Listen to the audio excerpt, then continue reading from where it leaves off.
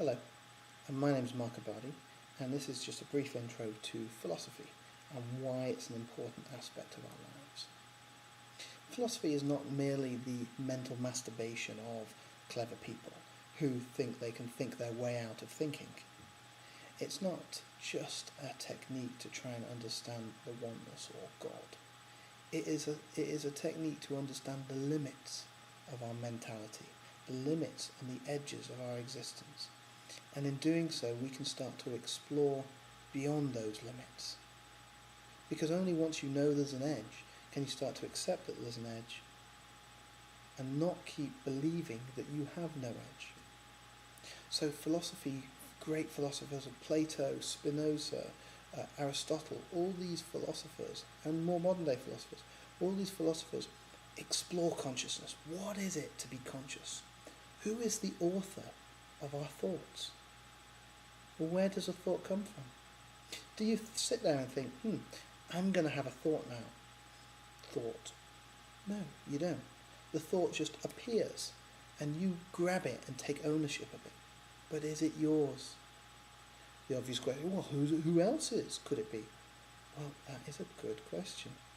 But if you're not generating it, then why would you accept ownership for it? Question. What are you determined by? You're determined by your genetics, agreed. You're determined by your environment, agreed. Did you choose your genetics? No, unless you believe some far-fetched story that we did somewhere in heaven or something. As far as we know, we didn't choose our genes. As far as we know, we didn't choose where we were born or what financial status or the social status of our parents were, what language they were speaking. As far as we know, we didn't choose any of that.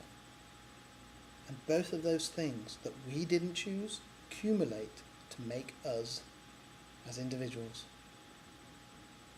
So then, who's driving the ship? Would you like to find out? Because if you would, there are answers. And they're not to be found in books, and they're not to be found in teachings. They're to be found in inner exploration. But a guide's always useful, because it's a jungle in there, and you can get lost in the illusion. They don't call it the Great Maya for nothing. So, well done for coming this far.